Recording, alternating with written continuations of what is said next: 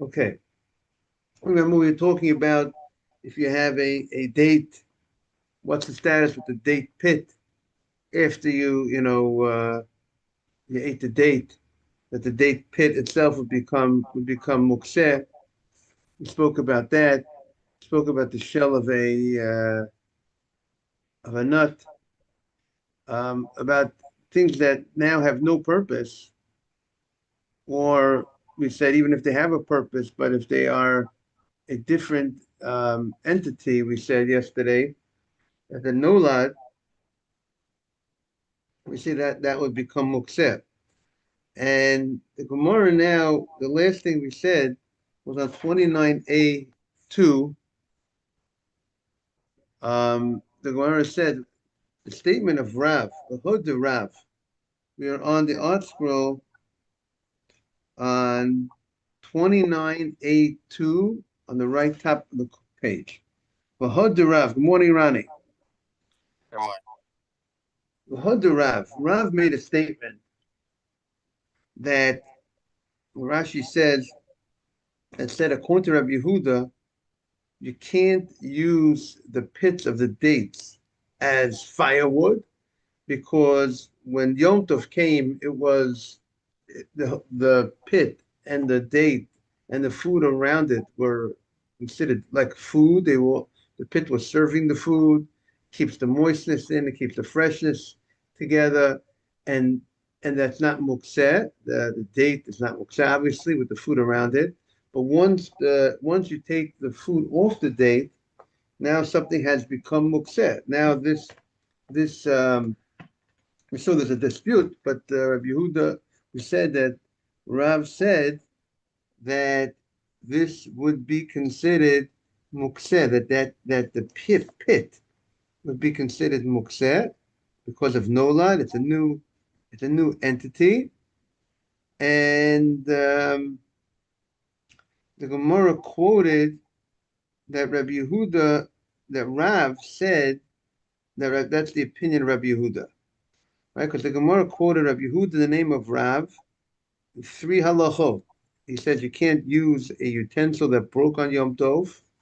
It's considered nolad. It's a new entity. You can't use the pieces of wood that broke on Yom Tov. When Ben Yom Tov came, it was a let's say it was a goblet, and now it's no longer a goblet. Or you the date of a pit, it became mukseh. It's considered mukseh. Good morning.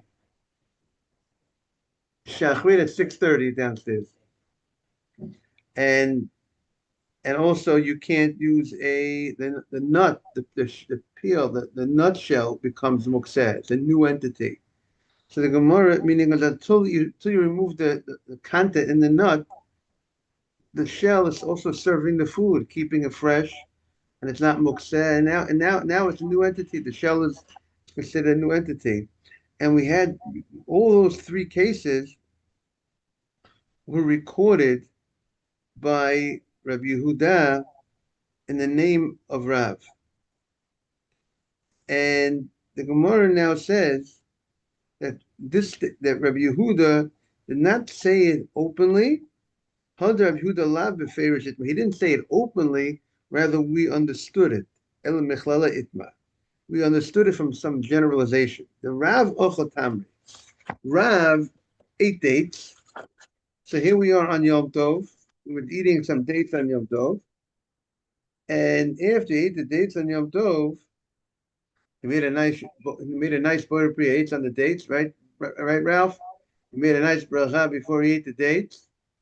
And he went ahead and Shodei, he threw Kashita Lachayeta.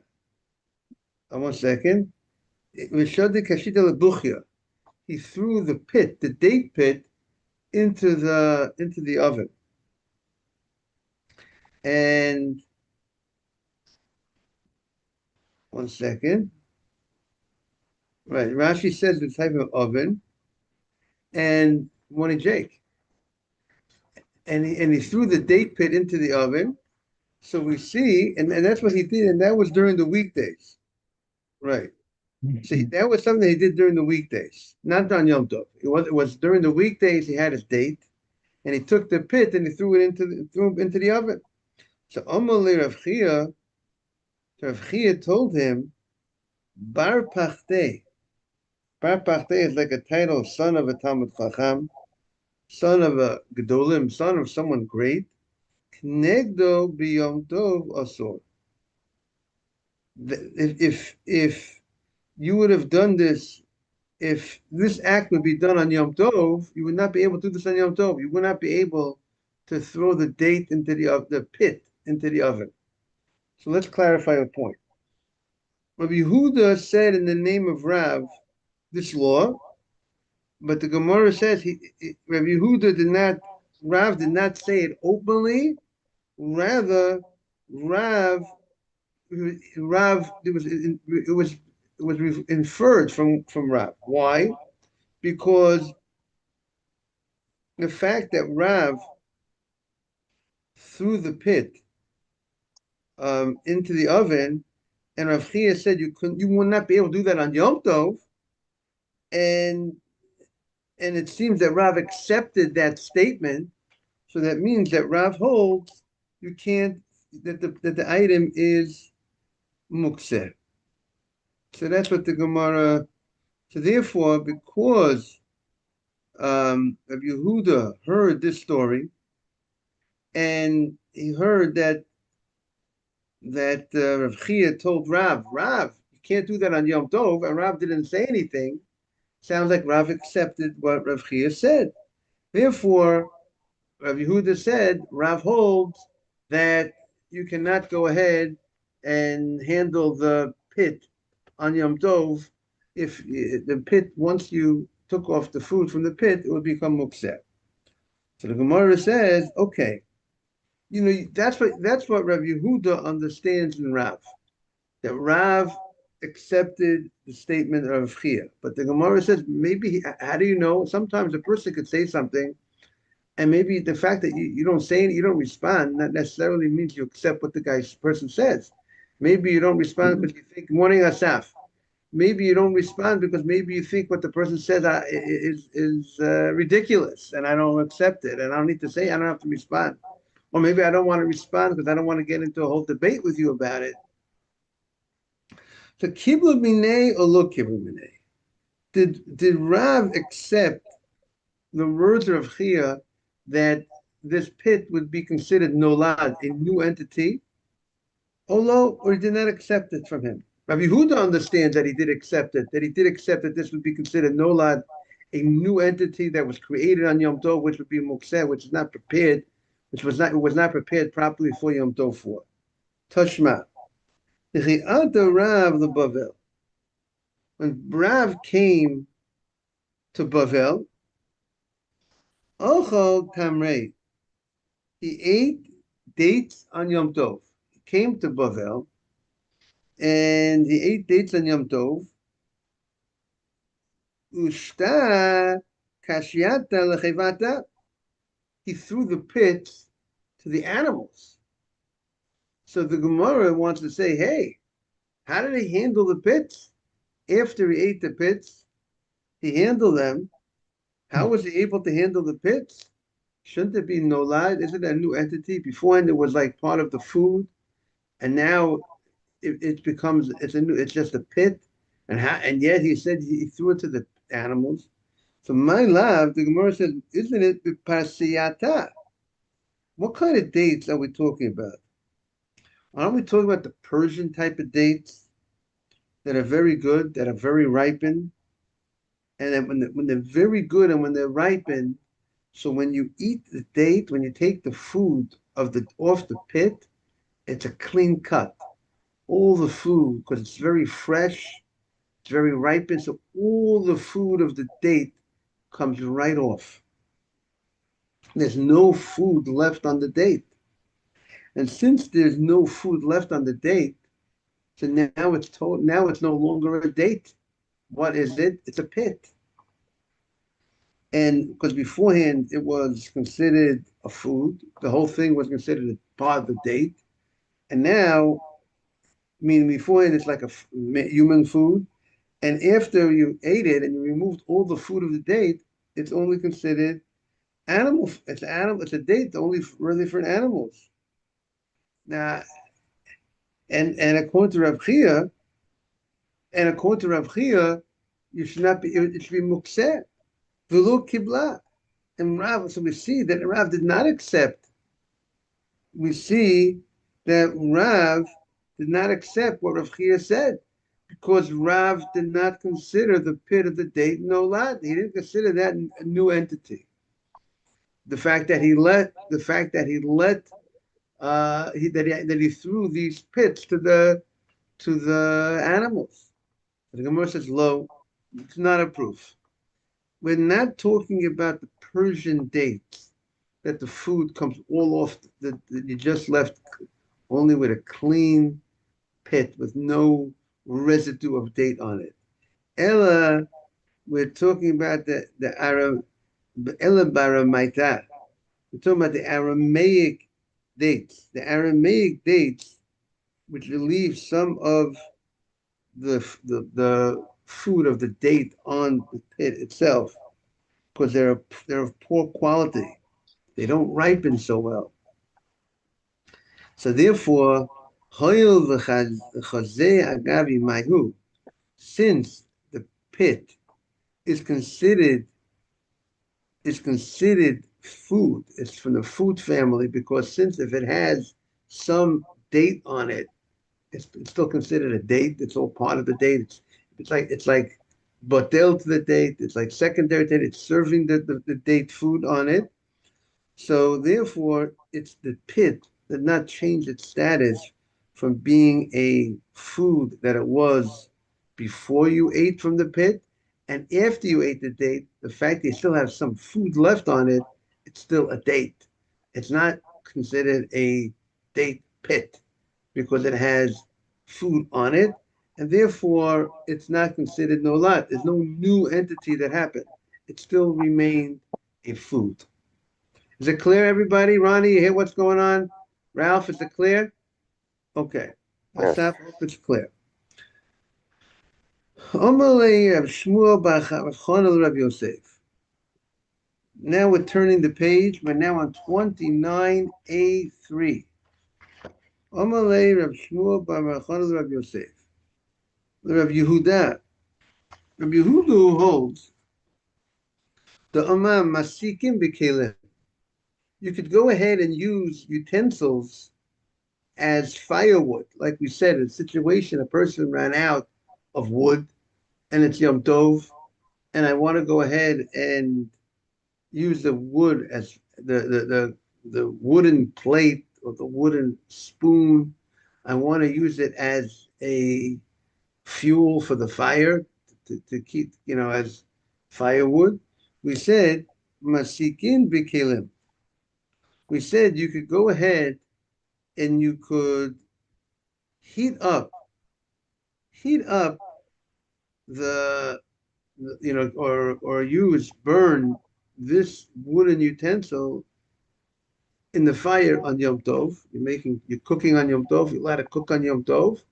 So you went ahead and you're using this, or you want to have fire on Yom Tov, heat on Yom Tov. You could go ahead and use that fire. But the aim masikim b'shivri kelim.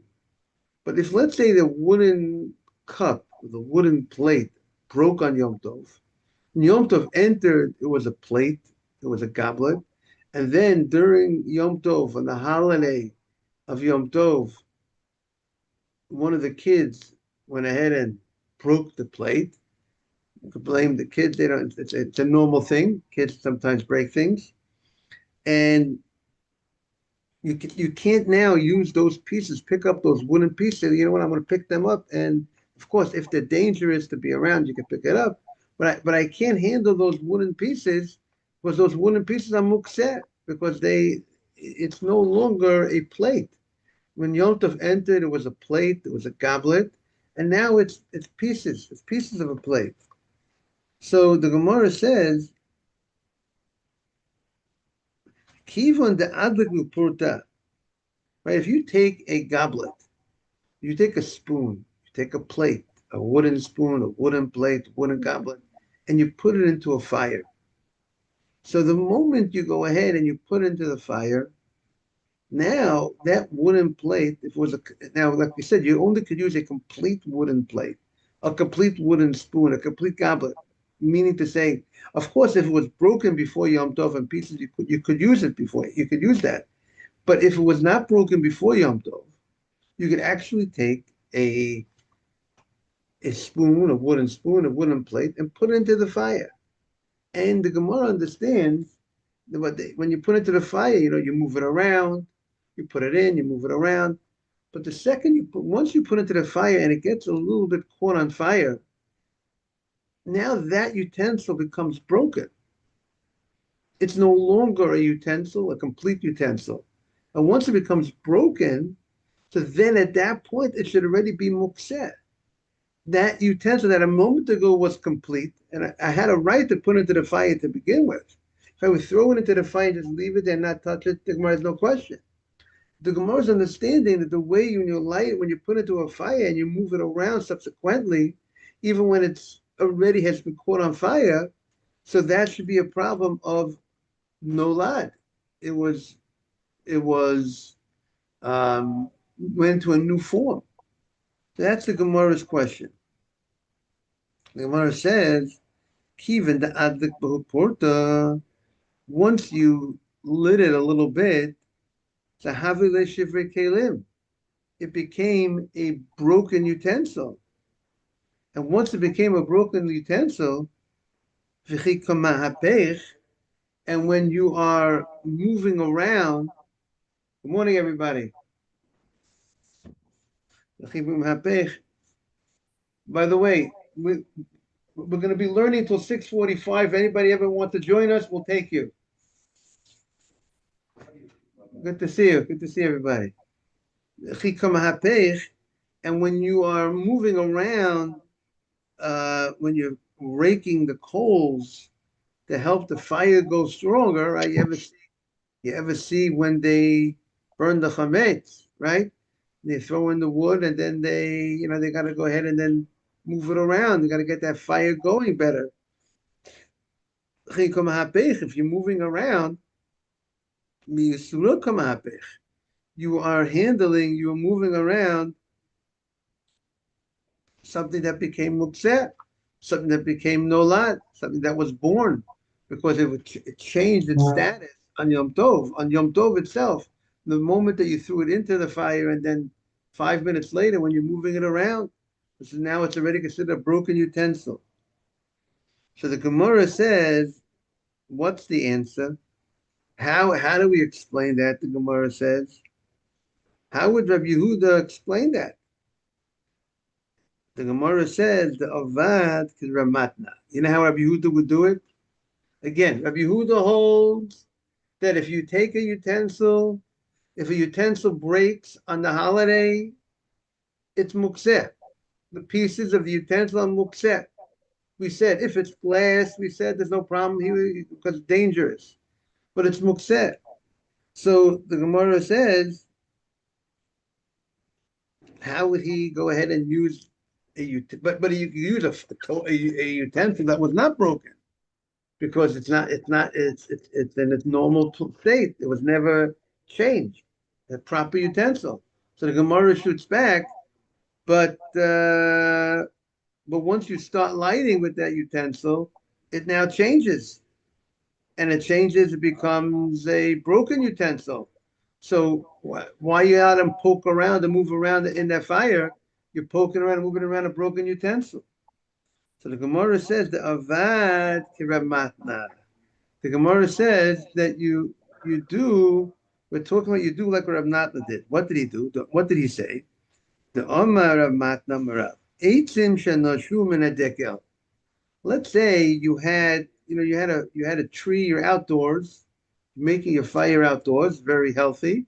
Let it go into the air, not into the house. And you have a tree adjacent to the hovering over where you're having your fire, or you have your oven. And it seems tanur. and wood fell from the tree into the oven. Now, wood that's attached to a tree before Yom Tov is mukseh, right? If let's say you have a tree and an apple fell off on Yom Tov or on Shabbat, that was mukseh because the apple did not fall off before Yom Tov. So on Yom Tov, you can't pick an apple off a tree. Can't go apple picking on Yom Tov.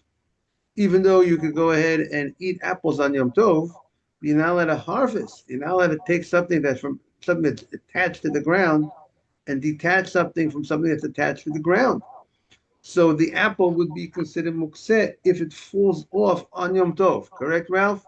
That apple would be mukseh. It wasn't prepared because mukseh, as we translated, mukseh means something that's separated, set aside. It was set aside before Yom Tov not to use that apple, right? It was set aside. It was attached to the tree, and there's also prohibition for me for touching it on Yom Tov, from removing it from the tree on Yom Tov. So the same thing with wood that fell off a tree. You know, there was a nice wind, and some branches fell off the tree.